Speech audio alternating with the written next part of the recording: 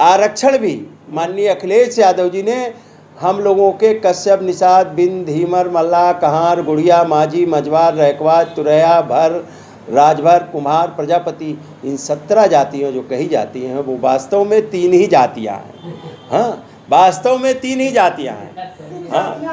उपजातियाँ मिला के 17 हैं। जैसे ब्राह्मण जाति है उसमें तिवारी, चौबे, पांडे, त्रिपाठी हैं, वैसे ही मान लीजिए वास्तव में मूल जातियाँ 3 हैं। और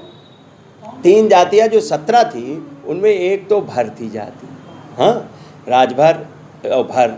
और एक जात थी कुम्हार और प्रजापति, और उसके अलावा जो शेष थी वो कश्यप, निषाद, बिंद, धीमर, मल्लाह, कहार, गुड़िया, माझी, मझवार, ये सब गौड़, ये सब एक हैं। कहार से लेके सब एक थी।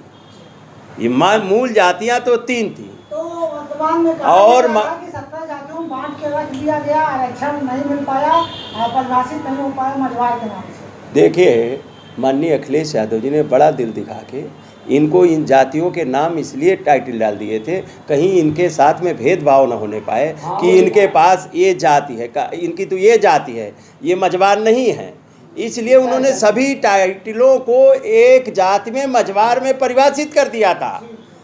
गौड़ में परिभाषित कर दिया था, गौड़ में तो सभी जातियों को परिभाषित कर दिया था और सभी के लिख दिए थे ये यही जातियां हैं। और परिभाषित करने का अधिकार राज्य सरकार को होता है, किसी भी जाति को शामिल करने का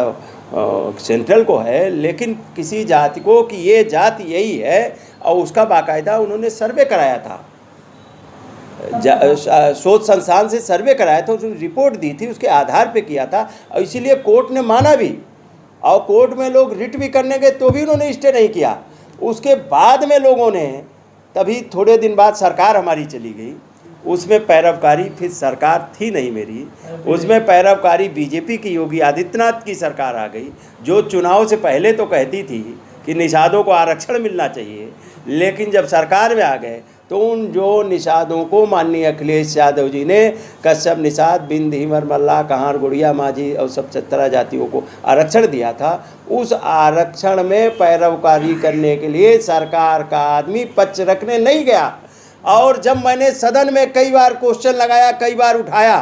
सदन में कई बार क्वेश्चन लगाया, कई बार उठाया, तब भी उन्होंने कहा कि अगली पेशी पे जाएंगे। उसके बाद में लास्ट में गए तो वहाँ जाके जवाब गलत दाखिल करके उसको रिट को ही